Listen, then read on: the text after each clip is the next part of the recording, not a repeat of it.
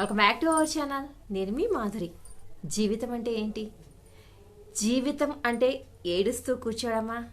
జీవితం అంటే నా కర్మ ఇంతే, నాకిలాగే ఆ దేవుడు రాసిపెట్టున్నాడు, ఈ రాతను నేను మార్చలేను, నా రాత నా పైవాడు కూడా మార్చలేడు అని చెప్పేసి నిన్ను నువ్వు తగ్గించుకుంటూ ఇంకా ఇంకా నిందల పాలవుతూ ఇంకా ఇంకా నవ్వుల పాలవుతూ ఉండడమే జీవితం అంటే? కాదు.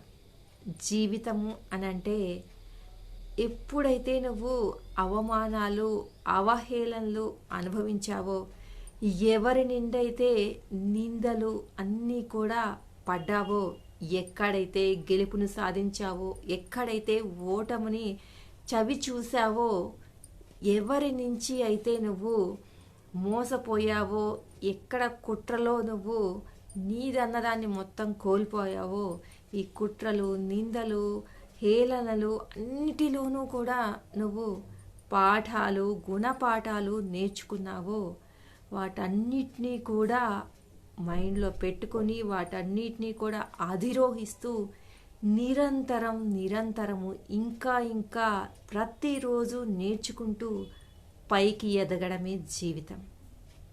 జీవితము అందరికీ వడ్డించిన విస్తరలాగా ఉండదు. అన్ని రకాలు పంచభక్ష పరవాన్నాలు పెట్టేశాను, రామ్మ వచ్చి కూర్చొని తిను అని అలాగే ప్రతి ఒక్కరికి రాసిపెట్టి ఉండదు.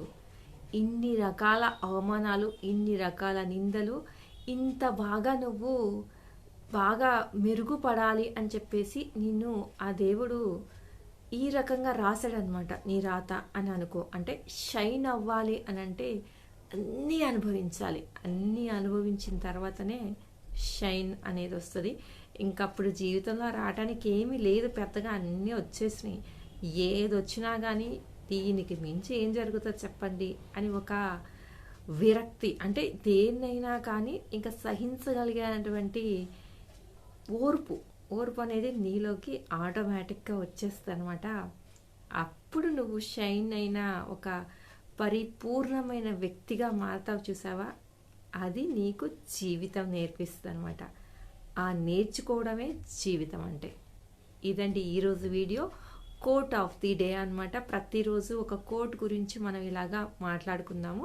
వీడియో కనుక నచ్చితే లైక్ చేయడం మర్చిపోవద్దు. మరిన్ని ఇలాంటి వీడియోస్ కోసం వెంటనే ఛానల్ సబ్స్క్రైబ్ చేసుకొని పక్కనే ఉన్న బెల్ ఐకాన్ కూడా ప్రెస్ చేసి